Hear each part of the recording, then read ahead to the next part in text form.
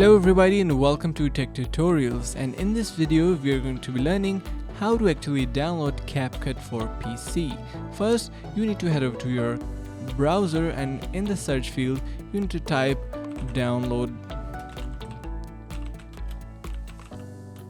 CapCut and press enter, and now you'll be able to see that we have some links going on, but from here you need to head over to this official site, which is by CapCut.com, and click on this link.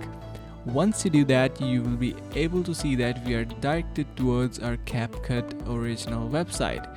Here you can sign up for free or directly download for your Windows, and your downloading will start in no time. So that's a pretty simple process on how to download CapCut on PC. Once you downloaded it, you can just start editing your videos. So I hope you found this video helpful. If you did so, make sure to subscribe to the channel, like the video and share it with your friends.